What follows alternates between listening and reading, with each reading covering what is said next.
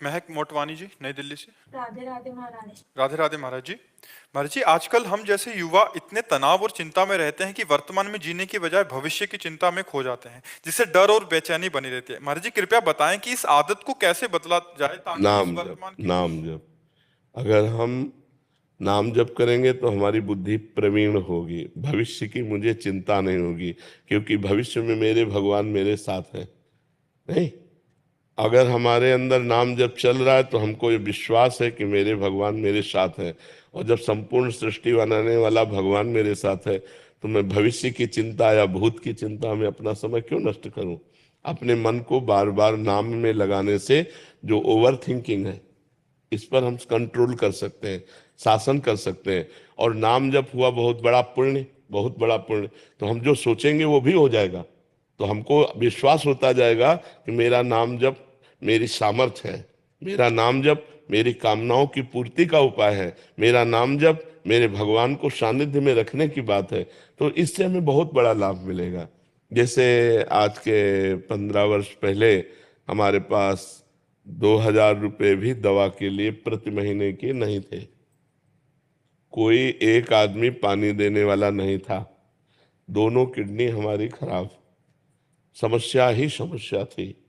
कोई स्थान 1 इंच जगह नहीं, सब तरह से केवल भगवान के आश्रित। लेकिन हम निराश नहीं हुए, क्यों? मुझे भरोसा है मेरे साथ भगवान है। तो भविष्य की चिंता का हमारे पास उपाय है ना, भगवान।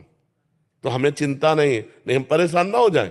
तो मुझे लगता है भविष्य की चिंता से बचने के लिए भगवान को सानिध्य में रखने से, जैसे हम आपको बता रहे, निहाल कर दिया भगवान ने। जहां एक आदमी पानी देने वाला नहीं था, वहां हजारों नौजवान ऐसे खड़े हैं कि कोई पानी पिलाता है, कोई रुमाल से मुंह पोंछता है, कोई हाथ पकड़। एक कदम भी ऐसा नहीं जो मुझे साथ ना मिलता हो। सोचो, अपना बेटा भी अपने काम में नहीं आता है। जब शरीर बीमार होता है तो अपना बेटा भी इतना साथ में दवा ला के दे देगा, पड़े रहो। लेकिन ये ऐसा नहीं है, एक एक मिनट हर समय अलर्ट खड़े हुए हैं। ये कौन है? भगवान। तो हमें जो भविष्य की चिंता से बचा सकता है तो भगवान बचा सकता है, क्योंकि सर्वलोक महेश्वर है, वो सब कुछ कर सकता। कैसे किया?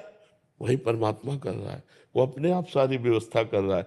हम भगवान को अपना माने हुए हैं और भगवान का नाम जप करते हैं, तो हमें भविष्य की चिंता नहीं। तो इसलिए भविष्य की चिंता से बचने के लिए भगवान का नाम जप किया जाए और भगवान को अपने सानिध्य में देखा जाए, सो ही बच सकते हो। नहीं तो भविष्य एक गुप्त वस्तु है, क्या होगा तुम्हें पता नहीं है।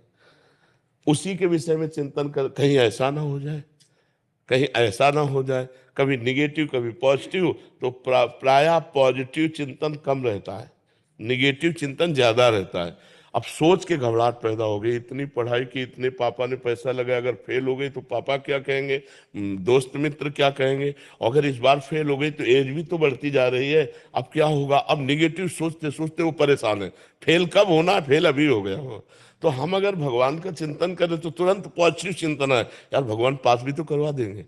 अगर फेल भी हो गए ना तो भगवान कोई दूसरा रास्ता निकाल देंगे। तो हम भगवान को यदि साथ लिए तो हम परेशान नहीं होंगे।